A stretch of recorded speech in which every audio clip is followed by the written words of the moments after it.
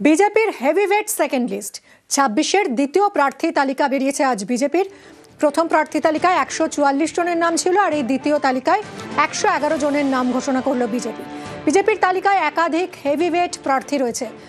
কথা বলবো সুস্মিতা, আমাদের প্রতিনিধির সঙ্গে। সুস্মিতা, হেভিওয়েট প্রার্থীর নাম যেমন রয়েছে, পাশাপাশি পুরনো এবং পরিচিত মুখেই বাজে বিজেপির, এটা তো স্পষ্টই দ্বিতীয় তালিকা থেকে।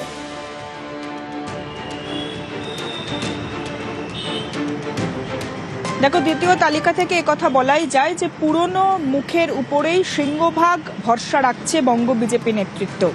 তার কারণ একাধিক পুরনো মুখ, যে পুরনো মুখগুলিকে অন্তত শ্রমিক ভট্টাচার্যের দায়িত্বপ্রাপ্ত হওয়ার আগের সময় পর্যন্ত সামনের সারির রাজনীতি করতে বঙ্গ বিজেপিতে দেখা যায়নি, সেই মুখগুলিকেই আবারও প্রকাশ্যে আনা হয়েছে। তার কারণ হেভিওয়েটের কথা তুমি বললে, হেভিওয়েট প্রার্থীদের মধ্যে অবশ্যই রয়েছেন মাথাভাঙা থেকে নিশীথ প্রামাণিক, ব্যারাকপুর থেকে কৌস্তব বাগচি, নোয়াপাড়া থেকে অর্জুন সিং এর মতো নেতৃত্ব।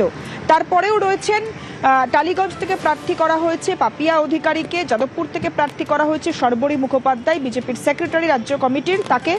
এছাড়াও প্রার্থী করা হয়েছে সোনারপুর দক্ষিণ থেকে রূপা গঙ্গোপাধ্যায়কে।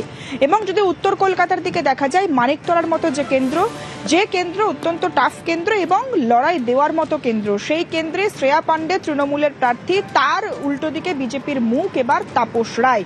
তৃণমূল থেকে বিজেপিতে যোগদান করেছিলেন তিনি ২০২৪-এর লোকসভা নির্বাচনের আগে। তারপর ২০২৪-এর লোকসভা নির্বাচনে তিনি প্রার্থী হন বিজেপির টিকিটে। ২০২৬-এও এবার বিজেপির টিকিটে মানিকতলা থেকে লড়বেন শ্রেয়া পাণ্ডের বিরুদ্ধে তাপস রায়।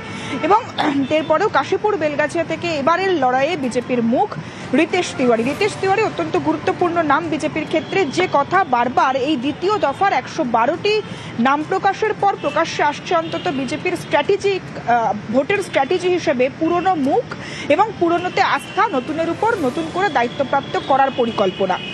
এই গোটাটা মিলিয়ে রিতেশ তিওয়ারি অত্যন্ত গুরুত্বপূর্ণ নাম। তার কারণ ২০২২ সাল থেকে ২০২৫ সাল, এই ৩ বছর প্রায় ৪০ মাস রিতেশ তিওয়ারি সাময়িকভাবে বরখাস্ত ছিলেন। একদমই তাই, এবং সেই সাসপেনশন তুলে নেওয়া, তাকে আবার ফিরিয়ে আনা এই মূল স্রোতে, সেটা একদম স্পষ্ট। যেরকম শ্রমিক ভট্টাচার্য রাজ্য বিজেপি সভাপতি হওয়ার পর থেকেই যেটা বারবার দেখিয়েছেন, পুরনোতেই আস্থা, তারই আবারও একবার প্রতিফলন বিজেপির এই দ্বিতীয় প্রার্থী তালিকায়।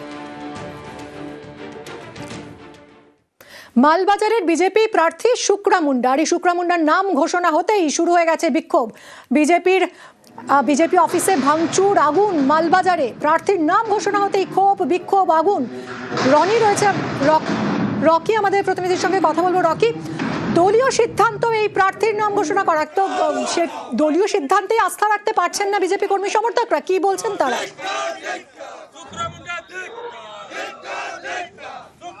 দেখো, তোমাকে প্রথমে বলে রাখতে চাইবো, বিজেপি রাজ্য বিজেপির তরফ থেকে কিন্তু দ্বিতীয় যে তালিকা প্রকাশ করা হয়েছে, বিভিন্ন বিধানসভার বিধায়কদের, কারা বিধায়ক হবেন, যারা প্রার্থী হয়েছেন তাদের নাম প্রকাশ হতেই কিন্তু রীতিমতো মালবাজার মহকুমা এলাকায় উত্তেজনার সৃষ্টি হয়েছে। কারণ মালবাজারের যে প্রার্থী হয়েছে বিজেপি, তিনি হচ্ছে শুক্রা মুন্ডা। তার বাড়ি নাগরাকাটা ব্লকের এলাকাতেই। এর ফলে কিন্তু অসন্তোষ বা দানা বেঁধেছে। বিজেপি কর্মী সমর্থকরা যখন দেখতে পান যে শুক্রা মুন্ডাকে প্রার্থী করা হয়েছে, তারা কিন্তু ক্ষোভে ফেটে পড়েন। মালবাজার শহরের উপরে যে বিজেপি কার্যালয় রয়েছে, সেখানে রীতিমতো ভাঙচুর চালায়, অফিসের ভেতরে সমস্ত আসবাবপত্র ভেঙে দেয় এবং বিজেপির যে ব্যানার ফেস্টুন লাগানো ছিল সেগুলি খুলে নিয়ে জাতীয় সড়কের উপরে ফেলে নিয়ে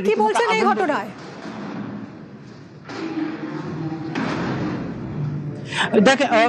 কর্মী সমর্থকদের অভিযোগ যে তিনি বহিরাগত, কারণ তিনি এই ব্লকের নন এবং সাধারণ মানুষের যা চাহিদা দাবি তিনি তা কিছুই জানেন না এবং অসুবিধার কথাও জানেন না। কর্মী সমর্থকরা যেটা দাবি করেছেন যে উচ্চ পর্যায়ে যে নেতারা রয়েছে, নিচুতলার এলাকার স্থানীয় নেতাদের সঙ্গে কোনো রকম আলোচনা ছাড়াই প্রার্থীর নাম প্রকাশ করেছে এবং তারা এই প্রার্থীকে মানছেন না, অন্য প্রার্থী দিতে হবে, না হলে তারা আন্দোলনে যাবে। আর এই বিক্ষোভ।